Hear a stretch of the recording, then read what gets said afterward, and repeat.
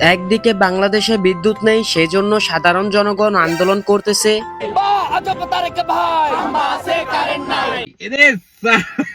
আসলে এই কয়দিন বাংলাদেশে যেই পরিমাণে বিদ্যুৎ ডিস্টার্ব করতেছে, আমার তো মনে হয় সরকারের উচিত সবাইকে একটা একটা করে বিদ্যুৎ কাট দেওয়া।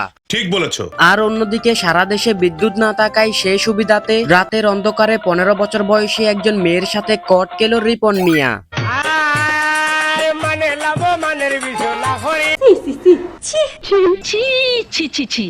তো হ্যালো বন্ধুরা, কেমন আছো সবাই and welcome back my YouTube channel. তো বন্ধুরা, আজকের ভিডিওতে আমরা রিপন মিয়া কিভাবে কট খেলো সে সম্পর্কে একটু যাচাই করব। তাহলে চলো আর কথা না বাড়িয়ে সোজা ভিডিওটা শুরু করি।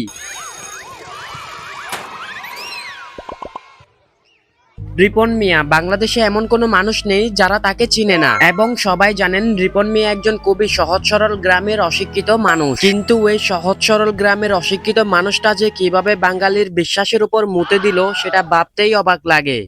কোনো এক গভীর রাতে 15 বছর বয়সী একজন পুচকির সাথে জঙ্গলে গিয়ে মঙ্গল করতে গিয়ে কট খায় রিপন মিয়া। এটাই বাস্তব।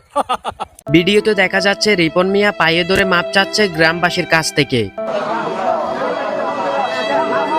আর বিচারটা হয়েছে বিএনপির ছোটখাটো এক ভবনে। এটা কি কোনো কথা? যে মেয়েটার সাথে রিপন মিয়া কট খেয়েছে, আমি অনেক কষ্ট করে সেই মেয়ের একটা পিক ম্যানেজ করেছি। তবে আমি কিন্তু শিওর না যে এই মেয়েটার সাথেই রিপন মিয়া কট খেয়েছে। সবাই বলতেছে, তাই আমিও বলতেছি।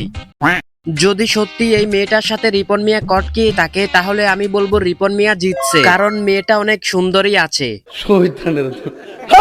ও আপনাদেরকে তো আরেকটা কথা বলাই হয়নি, গ্রামবাসী রিপন মিয়ার কাছ থেকে 5 লক্ষ টাকা জরিমানা করেছে এবং তাকে গ্রাম ছেড়ে বের হয়ে যেতে বলেছে। এটাই বাস্তব। আমি অল্পতেই সুখী। এতটাই সুখী যে 15 বছর বয়সী একজন মেয়ে নিয়ে কট কাটছে। কত কিছু লাগে না, সুখী হওয়ার জন্য লাখ লাখ টাকা, কোটি কোটি টাকা এগুলি লাগে না। সুখী হওয়ার জন্য যে আসলে কি লাগে সেটা তো আপনি রিপন ভাই আমাদেরকে দেখিয়েই দিয়েছেন। এটাই বাস্তব। যদি বউ মনে করেন তাহলে বউকে কি মনে করতে হবে রিপন ভাই? বউ না, এইটাই বউ, এইটাই বন্ধু, এইটাই সব।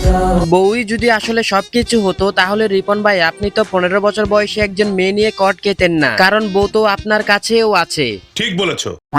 এলাকার মধ্যে প্রেম করাটাই ভুল। না না রিপন ভাই, আপনি তো এলাকার বাইরে প্রেম করতে গিয়ে কট খেয়েছেন। মানুষরে বাবা, রিপন মিয়া সহজ সরল হলে যে তার পাখিও সহজ সরল হবে এমন তো কোনো কথা নেই। একদম ঠিক, রিপন মিয়া সহজ সরল হলে কি তার পাখিও সহজ সরল হবে?